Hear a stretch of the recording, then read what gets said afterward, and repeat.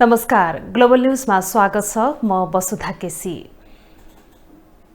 नमस्कार, म माया पाण्डे। सुरुमा हेडलाइन्स।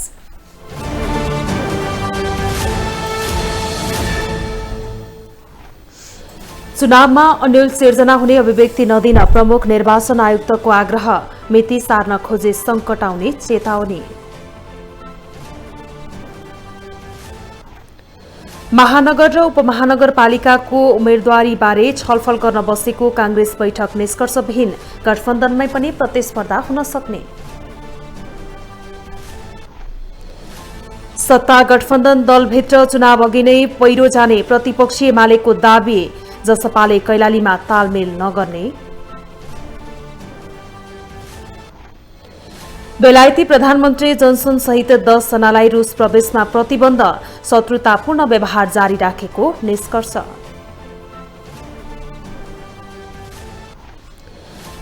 र एफसी एशियन कप छनौटमा उत्कृष्ट प्रदर्शन गर्ने प्रशिक्षणमा सहभागी खेलाडीको प्रतिक्रिया। मुख्य प्रशिक्षकले भने पत्याएनन्।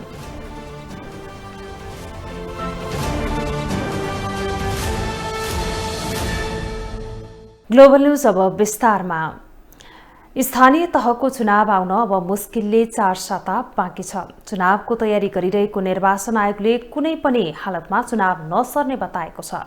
विप्लव नेतृत्वको नेकपाले चुनाव सार्न आग्रह गरेका बेला आयोगले भने अब चुनावको मिति परिवर्तन गर्न खोजे राजनैतिक तथा संवैधानिक संकट आउने चेतावनी दिएको छ। निर्वाचन आयोगले कुनै पनि हालतमा चुनावको मिति नसर्ने स्पष्ट पारेको छ। प्रमुख निर्वाचन आयुक्त दिनेश कुमार थपलियाले चुनावको मिति नसर्ने स्पष्ट पारेका हुन्।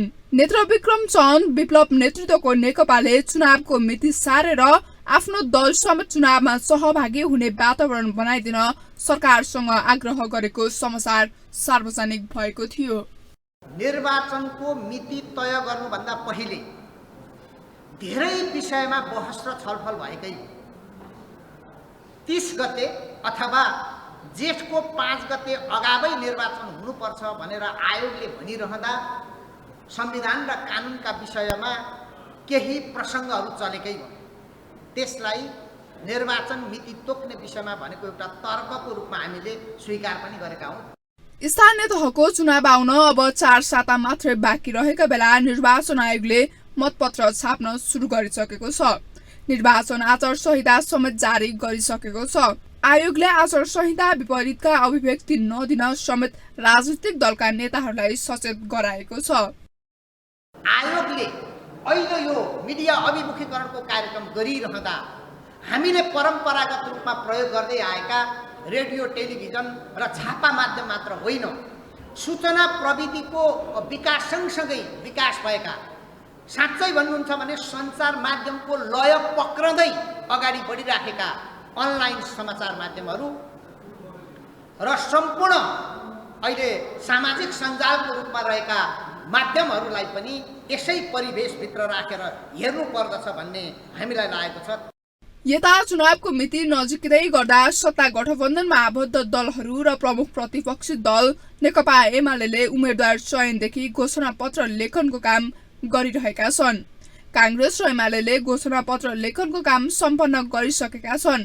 राजनीतिक दलहरूले चुनाव केन्द्रित अभियान नै सुरु गरिसकेको भए पनि तोकिएको मितिमा चुनाव हुनेमा अझै पनि कतिपयले आशंका गरिरहेका छन्। तर आयोगले भने चुनावको मिति नसर्ने स्पष्ट पारेपछि भने तोकिएको मितिमा चुनाव हुने निश्चित भएको छ। ग्लोबल टेलिभिजनका लागि क्यामेरामा विनोद रायको साथमा सुस्मिता बानिया, काठमाडौँ। महानगर र उपमहानगरको उम्मेद्वारीबारे छलफल गर्न बोलाइएको कांग्रेस केन्द्रीय कार्य सम्पादन समितिको बैठक कुनै निर्णय नगरी सकिएको छ। स्थानीय आवश्यकताको आधारमा चुनावी तालमेल गर्ने निर्णय गरेको कांग्रेसले महानगर र उपमहानगरको तालमेलका बारेमा भने केन्द्रबाट निर्णय गर्ने बताएको छ। उपमहानगर र महानगरको उम्मेदवारीबारे छलफल गर्न काङ्ग्रेसले बोलाएको केन्द्रीय कार्य सम्पादन समितिको बैठक कुनै निर्णय नगरी सकिएको छ। आगामी स्थानीय तहको चुनावमा सत्ता गठबन्धनमा रहेका दलहरूका बीचमा चुनावी तालमेल गर्ने निर्णय भने काङ्ग्रेसले यसअघि नै गरिसकेको छ। स्थानीय आवश्यकताका आधारमा तालमेल गर्ने निर्णय गरेको काङ्ग्रेसले महानगर र उपमहानगरको चुनावी तालमेल र उम्मेद्वार भने केन्द्रबाटै निर्णय गर्ने बताएको छ। एमालेसँग चाहिँ फेरि यहाँ हामी एकअर्कामा मिलेन भनेर एमालेसँग गठबन्धन गर्न चाहिँ जाँदैन, अरू दलसँग गठबन्धन गर्न जाँदैन।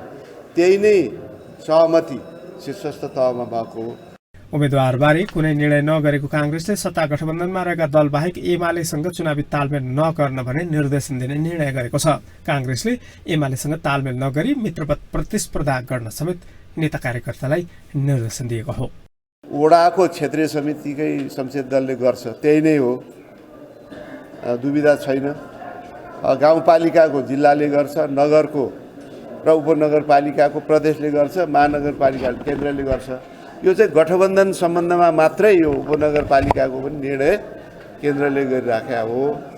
काङ्ग्रेसले स्थानीय तहमा गठबन्धन गर्न केन्द्रले दबाब नदिने स्पष्ट पारेको छ। तर भरतपुरमा माओवादी केन्द्रलाई समर्थन गर्ने तयारी थालेको भन्दै चितवन काङ्ग्रेसका केही नेताहरूले सामूहिक राजीनामा दिने घोषणा गरिसकेका छन्। तर काङ्ग्रेस प्रवक्ता डाक्टर प्रकाश रण महतले स्थानीय तहमा चुनावी तालमेल सम्भव नभए केन्द्रमा रिपोर्ट गर्न आग्रह गरेका छन्। ग्लोबल टेलिभिजनका लागि क्यामेरामा राजेन्द्र काफ्लेका साथमा अमृत राज काफ्ले, काठमाडौँ। चितवनको भरतपुर महानगरपालिका पुनः माओवादीलाई जिम्मा लगाउन लागेको भन्दै वडा नम्बर 17 का 50 कांग्रेस कार्यकर्ताले सामूहिक राजीनामा दिएका छन्। पूर्व वडाध्यक्ष देवनारायण महतो, पूर्व वडा सभापति प्रकाश कण्डेल सहित 50 जना क्रियाशील कार्यकर्ताले महानगरको बेलुवा टोलमा आज भेला गरेर सामूहिक राजीनामा दिएका हुन्। राजीनामा दिएका सबैले हस्ताक्षर समेत गरेका छन्। यससँगै उनीहरूले स्वतन्त्र अभियान घोषणा समेत गरेका छन्। राजीनामा दिएकाहरूले कांग्रेस नेतृत्वमाथि विभिन्न आरोपहरू समेत लगाएका छन्। केही दिन अघि मात्र भरतपुरका सबै वडा सभापतिको भेलाले महानगरका नेतृत्व माओवादीलाई दिए मान्ने नहुने निर्णय गरेका थिए। भरतपुरको प्रमुख रेणु दाहाललाई छाडिए पार्टीबाटै स्वतन्त्र उम्मेद्वारी दिने तयारी भइरहेका बेला कार्यकर्ताले सामूहिक राजीनामा दिएका छन्।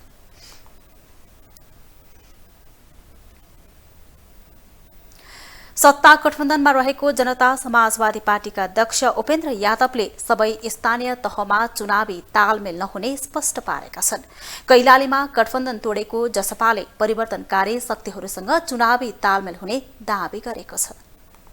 स्थानीय तहको चुनावमा सत्ता गठबन्धनमा रहेका दलहरू बीचमा तालमेल गर्ने सहमति जुटिसकेको भए पनि देशैभर भने तालमेल नहुने निश्चित भएको छ। गठबन्धनमै रहेको दल जसपाले कैलालीमा तालमेल नगर्ने निर्णय गरेको छ भने कांग्रेसभित्र पनि सबै स्थानीय तहमा गठबन्धन गर्न नहुने मत बलियो छ। गठबन्धनमा रहेका दलहरूले भोलिसम्म चुनावी तालमेलको खाका तयार गर्ने तयारी गरेका छन्। जसपा अध्यक्ष उपेन्द्र यादवले देशैभर गठबन्धनका बीचमा चुनावी तालमेल नहुने स्पष्ट पारेका छन्। केही खास ठाउँमा गठबन्धन होला, तर बाँकी ठाउँमा जहाँ जहाँ सम्भव छ आफै लड्न सक्छ, त्यहाँनिर त्यो होला। तर के छ भने भागभण्डा गरेर देशैभरि जाने सम्भावना स्थानीय तहमा को चुनावमा सम्भव छ। सरकारमा रहेका दलहरूका बीचमा चुनावी तालमेल गर्ने सैद्धान्तिक सहमति भने यस अघि नै जुटिसकेको छ। स्थानीय तहहरूमध्ये महानगर र उपमहानगरको भागभण्डाका बारे अझै पनि गठबन्धनमा रहेका दलहरूका बीचमा सहमति कायम हुन सकेको छैन। यता जसपाबाट केही समय अघि विभाजन भएर बनेको दल लोकतान्त्रिक समाजवादी पार्टीमा समेत अहिले सत्ता गठबन्धनमा आउने विषयमा छलफल भइरहेको छ। तर जसपा अध्यक्ष यादवले भने अहिलेको गठबन्धनमा रहेका दलहरूका बीचमा मात्रै चुनावी तालमेल हुने दावी गरेका छन्। परिवर्तनकारी शक्तिहरूलाई, लोकतान्त्रिक शक्तिहरूलाई, समाजवादी शक्तिहरूलाई, संघीयता पक्षका शक्तिहरूलाई समेटेर अगाडि बढाउने र स्थानीय निकायलाई विशुद्ध रूपले विकास र निर्माणको संस्थागत कार्यको रूपमा कार्य गर्ने क्षेत्रको रूपमा विकास गर्ने। यता गठबन्धनमै रहेको नेकपा माओवादी केन्द्रका अध्यक्ष प्रचण्डले भने आइतबारसम्म कुन दलले कुन स्थानीय तहमा उम्मेदवारी दिने निर्णय हुने बताएका छन्। तर महानगर र उपमहानगरको नेतृत्वको भागभण्डामा भने गठबन्धनमै रहेका दलहरूबीच सहमति कायम हुन नसक्दा केन्द्रले गरेको निर्णय स्थानीय तहको पार्टी कमिटीले उल्लङ्घन गर्ने अवस्था समेत देखिएको छ। ग्लोबल टेलिभिजनका लागि क्यामेरामा कवीर सिंह ठकुरीका साथमा कविन्द्र तिमसिना, काठमाडौँ। ग्लोबल न्यूजमा अब एकैछिन ब्रेक।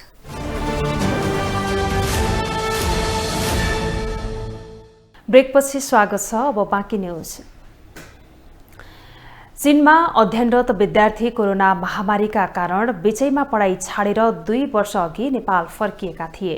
पढाइ पूरा नगरी फर्किएका विद्यार्थी अहिलेसम्म त्यहाँ जान पाएका छैनन्। शिक्षा मन्त्रालयले प्रभावकारी कदम नचाल्दा मेडिकल र इन्जिनियरिङका विद्यार्थी नेपालमै अल्पत्र परेका हुन्। सन् 2019 को नोभेम्बरमा चीनको वुहान प्रान्तमा देखिएको कोरोना महामारीका कारण स्वदेश फर्किएका नेपाली विद्यार्थी, प्राध्यापक तथा व्यवसायी पुनः चीन फर्किन नपाउँदा नेपालमा अलपत्र परेका छन्। नेपाल सरकारले चीनिया दूतावाससँग आवश्यक छलफल गरेर निर्णय लिन नसक्दा झण्डै 961 नेपाली विद्यार्थी उच्च शिक्षा पाउनबाट वञ्चित बनेका हुन्, जसले उनीहरूको भविष्य नै अन्यल देखिएको छ। महामारीका बेला नेपाल फर्किएका नेपाली विद्यार्थीले इन्टर्नशिप लगायतका बाँकी कोर्स पूरा गर्न पाएका छैनन्। इन्जिनियर र एमबीबीएस गरिरहेका विद्यार्थीहरू अहिले नेपालमै चीन कहिले फर्किने भन्ने पर्खाइमा छन्। नेपाल सरकारले स्ट्रिक्टली चाहिँ पहल गरेको भए यो 2 वर्षमा नेपाली विद्यार्थीहरू चीनमा फर्किन सक्थे, फर्किने वातावरण बन्थ्यो र अहिले चीनका विद्यार्थीहरू यसरी शिक्षा मन्त्रालयमा या चाहिँ नेपाल चिकित्सक परिषदमा या प्रधानमन्त्री कार्यालयमा या स्वास्थ्य मन्त्रालयमा गएर बारम्बार धरना र बारम्बार तपाईँको चाहिँ यो चाहिँ चीनमा जान पाऊँ भनेर जुन खालको आन्दोलन विद्यार्थीहरूले गरिरहेका थिए त्यो हुन्थेन होला। चीनले कोरोना महामारीमा नेपाल फर्किएका विद्यार्थीहरूलाई चीनको सम्बन्धित विश्वविद्यालय र शिक्षण संस्थामा फर्किने वातावरण नबनाउँदा नेपाली विद्यार्थीहरू थप चिन्तित बनेका छन्। त्यसो त 3 साता अघि चीनिया विदेश मन्त्री वाङ यीको नेपाल भ्रमणका क्रममा विद्यार्थीको समस्याबारे कुरा उठेको थियो। परराष्ट्र मन्त्रालय र विदेश मन्त्रीको भ्रमण टोली बीच विद्यार्थीको समस्या प्राथमिकताको आधारमा समाधान गर्ने सम्झौता भए पनि अझैसम्म कुनै चासो देखिएको छैन। यदि यही अवस्था तपाईँको फेरि अर्को 3 महिना पछाडि गयो भने फेरि भेरिएन्टहरू चाइना लगायत नेपाल, युकेमा, तपाईँको इन्डियामा हरेक देशमा चाहिँ भेरिएन्ट फैलियो भने फेरि पनि विद्यार्थीहरूको पढाइ 1 वर्ष ढिलो हुनसक्छ। त्यसकारण पनि नेपाल सरकारले यथाशक्य जति विद्यार्थीहरू फसेको छन् ती सबै विद्यार्थीहरूलाई यथाशक्य चाइना फर्काउन पहल गर्नुपर्छ। कोरोनाका कारण नेपाली विद्यार्थी मात्र होइन, प्राध्यापक, व्यवसाय गरी झण्डै 10,000 नेपाली पढाइ व्यवसाय छाडेर नेपालमा अलपत्र परेका छन्। तर नेपालमा कोरोना बिस्तारै शून्यमा झरिरहँदा उता चीनमा भने फेरि कोरोनाको आतंक देखिएको छ। चीनको जीरो कोभिड नीति अन्तर्गत कडा लकडाउन लगाइएको छ। सांघाईमा 2 करोड 50 लाख जनसङ्ख्या घरमै कैद भएका छन्। कडा लकडाउनका बावजुद पनि त्यहाँ कोरोनाका घटना रोकिएका छैनन्। संक्रमित राख्ने ठाउँ नै छैन। चीनमा पछिल्लो समय देखिएको बढ्दो कोरोनाका कारण नेपाली विद्यार्थीहरूमा थप अन्यल छाएको छ। ग्लोबल टेलिभिजनका लागि क्यामेरामा विजय ठकुराडीका साथमा विनोद विक्रम भण्डारी, काठमाडौँ। वरिष्ठ साधक एवं पूर्व मन्त्री भद्रकुमारी घलेका 151 पुस्तक एकैपटक विमोचन हुने भएको छ। यसअघि 141 पुस्तक प्रकाशित भइसकेका घलेले 151 वटा पुस्तक एकैपटक विमोचन गर्न लाग्नु भएको हो। कला, साहित्य, सृजना सँगै चित्रकारिता र समाज सेवामा रमाउने भद्रकुमारी घलेका 151 पुस्तक विमोचन हुने भएका छन्। जीवन, दर्शन, भोगाई, सौन्दर्य र प्रकृतिका बिम्बको प्रयोग गर्ने भद्रकुमारीका यसअघि 141 पुस्तक प्रकाशित भएका छन्। त्यस्तै एउटै मञ्चमा 49 पुस्तकहरू विमोचन गरिसकेकी भद्रकुमारीका विमोचन हुन लागेका पुस्तकहरूमा जीवनका विभिन्न आयामहरूलाई समेटिएको उनले बताएकी छन्। मैले के लेखेको छु त त्यो 151 वटा किताबमा भने तपाईहरु आँट गर्नुहोस्, तपाईहरु हिम्मत गर्नुहोस्, तपाईहरु आफ्नो भाग्य आफै बनाउनुहुन्छ, आफ्नो बाटो आफै खोज्नुहुन्छ, आफ्नो विकास आफै गर्नुहुन्छ। साहित्यका सबै विधामा कलम चलाउने भद्रकुमारी 92 वर्षकी भइसकेकी छन्। 2 वर्षको अवधिमा 151 पुस्तक लेखेकी घलेको पुस्तक विमोचन वैशाख 10 गते हुनेछ। भद्रकुमारी घले सेवा सदनको वार्षिक साधारण सभाका अवसरमा प्रथम महिला प्रधान न्यायाधीश सुशीला कार्कीले घलेको पुस्तकको विमोचन गर्नेछिन्। ग्लोबल टेलिभिजनका लागि क्यामेरामा कवीर सिंह ठकुरीका साथमा सुस्मिता बानिया, काठमाडौँ। सार्क क्षेत्रीय प्रतिभा पुरस्कार तथा सांस्कृतिक कार्यक्रम 2022 यो पटक काठमाडौँमा सम्पन्न भएको छ। कोरोनाका कारण यसअघि 2 वर्ष हुन नसकेको अवार्ड वितरण कार्यक्रम नेपाल सहित सार्क क्षेत्रका विभिन्न 100 व्यक्तिलाई पुरस्कार वितरण गरिएको छ। सार्क क्षेत्रका विभिन्न देशमा रहेर समाजमा उत्कृष्ट काम गरेका 100 जनालाई सम्मान गरिएको छ। शनिबार नेपाल पर्यटन बोर्डमा भएको कार्यक्रममा नेपाल सहित सार्क क्षेत्रका देशका विभिन्न व्यक्तिहरूलाई अवार्ड वितरण गरिएको हो। Old books of star record र वैकल्पिक चिकित्सा पद्धति विकास संस्थान भारतले संयुक्त रूपमा गरेको कार्यक्रममा पूर्व परराष्ट्र मन्त्री तथा कांग्रेस नेत्री सुजाता कोइरालाले सार्क क्षेत्रमा अझै पनि गरिबी अशिक्षा व्याप्त रहेकाले समाज परिवर्तनको लागि सबै मिलेर जानुपर्ने बताइन्। अपर्च्युनिटिजहरू धेरै छन्, जस्तो व्यापारको अपर्च्युनिटिजहरू पनि छ, टुरिज्मको अपर्च्युनिटिजहरू छन् र धेरै हामीहरूको कल्चर हाम्रो चाहिँ नि सिमिल्यारिटीहरू पनि छन् र यसले गर्दाखेरि पनि हामी एक भयौँ भने मात्रै हामीले समस्याको समाधान गर्न सक्छौँ र सबैभन्दा भुकमरी पनि सार्क कन्ट्रीमै छ। आज संसारमा सबैभन्दा भुकमरीको समस्या हामीले समाधान गर्न सकेनौँ सार्क कन्ट्रीमा छ र यो समस्यालाई समाधान गर्नको लागि यो जति पनि सार्क कन्ट्रीजहरू छन् यिनीहरू एक हुनुपर्छ। दक्षिण एसियाका देशहरूबीच सामाजिक, आर्थिक, कला, संस्कृति, पर्यटनको प्रवर्धन गर्ने उद्देश्यले अवार्ड कार्यक्रम आयोजना गरिएको आयोजकले बताएका छन्। दक्षिण एसिया क्षेत्रमा समाजमा उत्कृष्ट काम गरेका 5500 जना मध्ये छानेर 100 जनालाई सम्मान गरिएको हो। जिन्होंने अपने नेशन के लिए सबसे सर्वोच्च काम किया है उसको आज इस मंच से सम्मानित होगा। लगभग हमारे पास 6500 एबव प्रोफाइल हमारे पास आए थे, उनमें से लगभग 100 लोगों को हमने चयन किया है। यस्तै भारतीय जनता पार्टीका नेता डाक्टर दिनेश उपाध्यायले नेपाल धार्मिक महत्त्वको देश रहेको बताए। उनले पशुपतिनाथको देशमा अवार्ड वितरण गर्न पाउँदा खुसी लागेको समेत बताए। के अंदर शांति रहे और जिन व्यक्तियों ने किसी क्षेत्र में अच्छे कार्य किए हैं उनको अवार्ड से सम्मानित किया जाना नेपाल की पवित्र भूमि के अंदर, काठमाडौँ के अंदर। सार्कको स्थापना नेपालकै पहलमा भएको थियो, तर पछिल्लो समय सार्कको सम्मेलन समेत हुन सकेको छैन। पाकिस्तानमा सम्मेलन हुने तय भएको भए पनि पाकिस्तान भारतको टकरावका कारण सार्ककै भविष्यमाथि प्रश्न उठेको छ। तर सार्क क्षेत्रका व्यक्तिहरूलाई भने नेपालमा कार्यक्रम गरेर अवार्ड वितरण गरिएको हो। ग्लोबल टेलिभिजनका लागि क्यामेरामा विनोद राईका साथमा कविन्द्र तिमसिना, काठमाडौँ। काठमाडौँ उपत्यकाको फोहोरलाई विसर्जन स्थलसम्म लान अझै केही दिन लाग्ने भएको छ। सडक कालोपत्री गर्न ढिलाइ भएको भन्दै मुड्को तिनपिल्ले सडक खण्डका बासिन्दाले उपत्यकाबाट फोहोर व्यवस्थापनका लागि सिस्टोल जान रोकेका थिए। लामो समयदेखि रोकिएको फोहोर व्यवस्थापन हुन भने समय लाग्ने काठमाडौँ महानगरपालिकाले जनाएको छ। स्थानीय र ठेकेदार कम्पनीबीच सडक मर्मतको काम तत्काल गर्ने सहमति भएपछि फोहोर लान थालिएको हो। गत फागुन 1 गतेदेखि पनि 3 पिप्लेका स्थानीयले सडक कालोपत्री गर्न माग गर्दै 12 दिन अवरोध गरेका थिए। फागुन अन्तिम साता सिस्टोल र बन्जरे डाँडाका स्थानीयले 1 हप्ता फोहोर फाल्न रोकेका थिए भने गत 18 चैतमा फेरि अवरोध भएको थियो। अब पालो ग्लोबल भोइसको।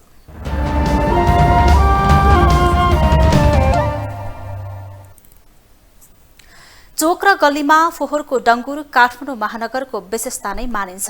सडक किनारमा थुप्रिएका फोहोर नउठाउन महानगरले विभिन्न बहाना लगाउँदै आएको छ।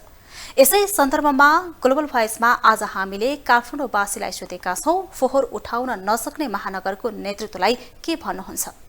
अब यिनीहरूको यो सब कमिसनको भागभण्डा नमिलेर नै यो फोहोर नउठेको हो क्या, न त यो त सानो फोहोर उठाउनु कुन ठुलो कुरा हो र। यिनीहरूको भोलि कमिसनको कुरा मिल्यो भने, पैसाको कुरा मिल्यो भने यो सब फोहोर चाहिँ सब पर्छ। चुनाव हुन्छ नि, चुनावको बेला चाहिँ नि अब हामी सबै जनताहरू चाहिँ एक भएर होइन यस्तो असक्षम नेतृत्वलाई चाहिँ नि भोटै नहालिकन बहिष्कार गर्नुपर्छ भन्ने मेरो परम्परा नै भइसक्यो नि। अब सबै नेताहरू आफ्नो उसमा हुन्छन् होइन, यहाँ सिस्टमै नभएदैछ कि सबै यो फोहोर मात्र होइन, बाटो घाटो ढल केहीको पनि व्यवस्था छैन कि नेपालमा। यो त सबै परिवर्तनमा ल्याउनुपर्छ, यो त टोटल्ली चेन्ज गर्नुपर्छ भाइ। सरकारको त त्यो हो नि, अब चुनाव आउने बेलामा चाहिँ अब यस्तो गर्छ उस्तो गर्छ भन्नु त भने जान्छ नेताले होइन, तर काम गर्दा फोहोर त अब सरकारको चाहिँ गर्नुपर्ने त कर्तव्य हो। 2-4 दिन उनीहरूले खानुलाई कुर्सी कहाँबाट कुर्सी चाहिँ तानौँ, उसलाई तानेर म बस्ने, म तानेर उसलाई बस्ने राख्ने भन्ने जस्तो मात्रै काम त गरिरहेको छ नि सर। नेताहरूले जसले पनि चुनावको बेलामा चाहिँ जनतालाई बाचा गर्छन् र हामी काम गर्छौँ, पछि गर्दैनन्, यो परम्परा नै हो। अब आउने नेताहरूले चाहिँ जनतालाई जे बाचा गर्छन् त्यो कुरो पुरा गरौँ र झुट आश्वासन दिएर चुनाव जित्ने मात्रै प्रयत्न नगरून् भन्नु। नीति नियम स्थानीय स्तरमै जानुपर्छ, केन्द्रमा बनाएर चाहिँ केही पनि हुँदैन। मैले यो गर्छु त्यो गर्छु भन्ने कुरा चाहिँ फिजिबिलिटी अध्ययन नगरिकन गरिने कुराहरू हो नि त। फिजिबिलिटी अध्ययन गरिनुपर्छ। स्थानीय जहाँ चाहिँ यो डम्पिङ साइटहरू छ तिनीहरूसँग सहकारी गर्नुपर्छ। त्यो नगरी चाहिँ मैले यहाँ यो गर्छु र त्यो गर्छु भन्दाखेरि चाहिँ यो बिग्रिने हो। मौलिकताको पक्षमा जो वकालत गरेर मौलिकताको पक्षमा काम गरेको मान्छे को हो त्यो पत्ता लगाउनुहोस्। होइन भने यी लठीद्वारा तपाईँलाई झुक्याउँछन्। तपाईँको बाउलाई झुकाए, तपाईँलाई झुकाए, तपाईँको नातिले पनि झुक्याउँछ। त्यसले गर्दा यो फोहोर मात्रै होइन, पुरै देशको समृद्धि व्यक्तिको विकास मानसिकताबाट हुन्छ र यो समृद्धि भनेको अभाव हुनु नै समृद्धि हो। अब पालो बिजनेस न्यूजको।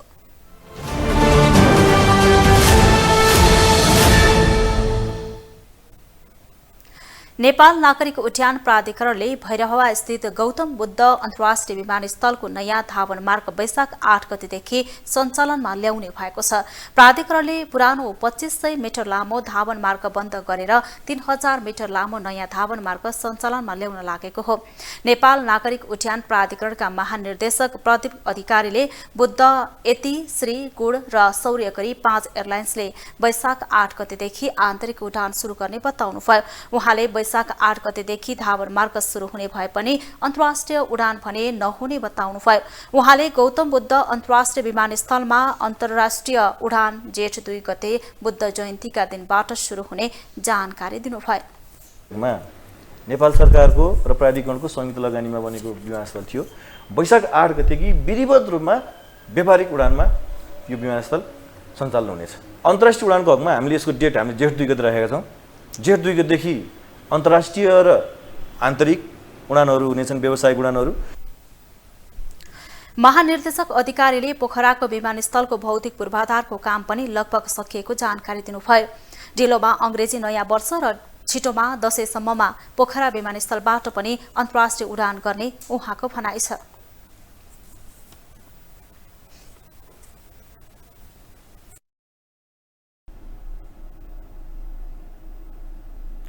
अब इन्टरनेशनल न्यूज।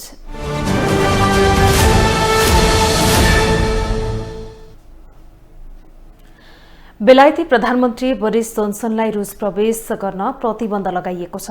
युक्रेन विरुद्धको युद्धमा बेलायतले शत्रुतापूर्ण अडान राखेको भन्दै बेलायती प्रधानमन्त्री जोन्सनलाई रूस प्रवेशमा निषेध गरिएको बीबीसीले उल्लेख गरेको छ। रूसी विदेश मन्त्रालयले जनाएअनुसार बेलायतका विदेश सचिव, रक्षा सचिव सहित अन्य 10 जनालाई रूस प्रवेश गर्न प्रतिबन्ध लगाएको जनाएको छ। बेलायतले वरिष्ठ रूसी अधिकारीहरूमाथि प्रतिबन्ध लगाउने घोषणा गरेको प्रतिकार स्वरूप रूसले पनि यो कदम हो। रूसले अमेरिकी राष्ट्रपति जो बाइडेन र अन्य अमेरिकी अधिकारीहरूलाई समेत रूस प्रवेशमा प्रतिबन्ध लगाएको छ।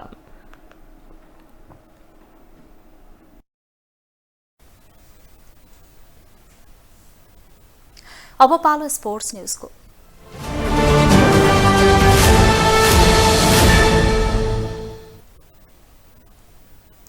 नेपाली राष्ट्रिय फुटबल टोलीले कुवेतमा आयोजना हुने एएफसी एसियन कप छनौटमा सहभागिता जनाउँदैछन्। आगामी जुनमा आयोजना हुने छनौटका लागि नेपाली टोलीको प्रशिक्षण भइरहेको छ। मुख्य प्रशिक्षक अब्दुल्लाहल अलमुताइरी यसप्रति असन्तुष्ट रहँदा खेलाडी भने उत्साहित छन्।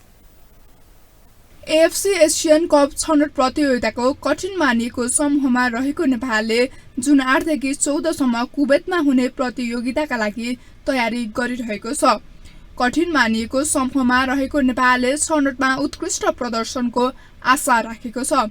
टोलीका उपकप्तान रोहित चन्द छनौटमा उत्कृष्ट प्रदर्शन गर्न योजनाबद्ध तरिकाले तयारी गरिरहेको बताउँछन्। अब कोचले भनेको अनुसार अब हाम्रो चान्सेस चाहिँ एकदमै लो छ, बट त्यही हो, हामीले हाम्रो सक्दो ट्राई गर्ने हो, हामीले सक्दो हाम्रो बेस्ट दिने हो। हामी त्यसकै अब प्रिपरेसनमा जाँदैछौँ, एकदम लामो प्रिपरेसन छ। सो होपफुली हामीले चाहिँ राम्रै गर्छौँ भन्ने आशा छ। नेपाल रहेको समूहमा आयोजक कुवेतसँगै नेपाल, इन्डोनेसिया र जोर्डन रहेका छन्। बलिया टोली भएकाले नेपालको छनौट सम्भावना न्यून रहेको छ। छनौटको सम्भावना कम भए पनि छनौटमा उत्कृष्ट प्रदर्शनका लागि तयार रहेको खेलाडी बताउँछन्।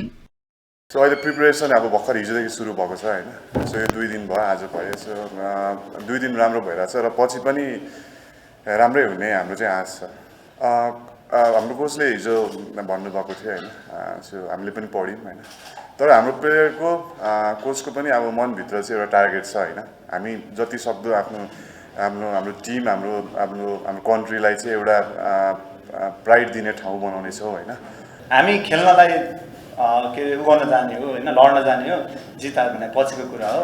अब हामी लड्नेछौँ अन्तिम साससम्म भनौँ न, एट द एन्डसम्म हामी फाइट गर्नेछौँ। लामो समयसम्म चोटका कारण मैदान बाहिर रहेका नवयुग श्रेष्ठ पनि टोलीमा फर्केका छन्।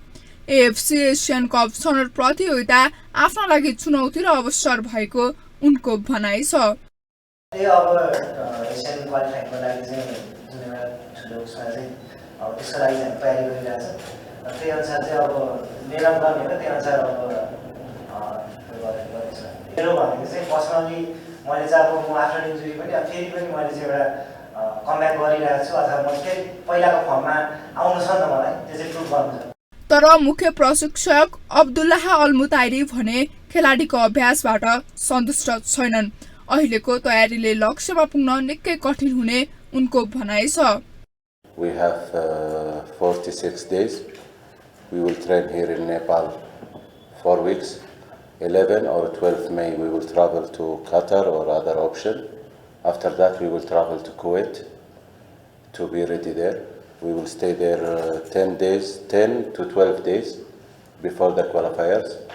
We have confirmation from Kuwait FA, Qatar FA, but we didn't receive the official letters until now. But I think they will not change mind. छनौट प्रतियोगिताका लागि समूह एमा रहेको नेपालसँगै आयोजक कुवेत, इन्डोनेसिया र जोर्डान रहेका छन्।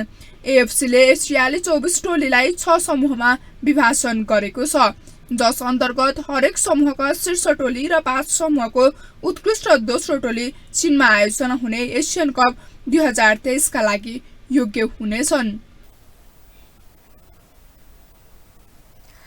ग्लोबल न्यूजको अन्त्यमा अहिलेसम्मका हेडलाइन्स पुनः एकपटक।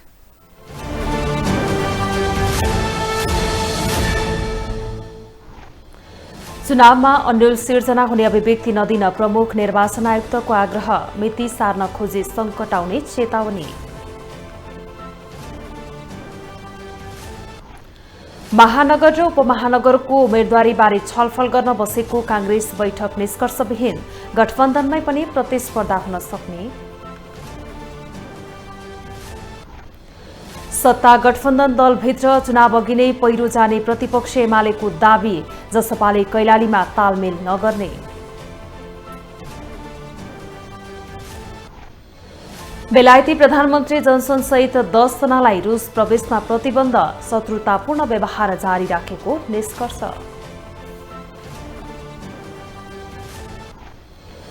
र एएफसी एसियन कप छनौटमा उत्कृष्ट प्रदर्शन गर्ने प्रशिक्षणमा सहभागी खेलाडीको प्रतिक्रिया, मुख्य प्रशिक्षकले भने पत्याएनन्।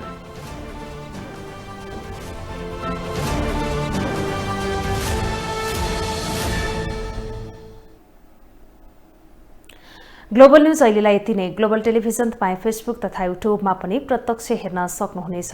ग्लोबल टेलिभिजन हेर्दै गर्नुहोला। नमस्कार।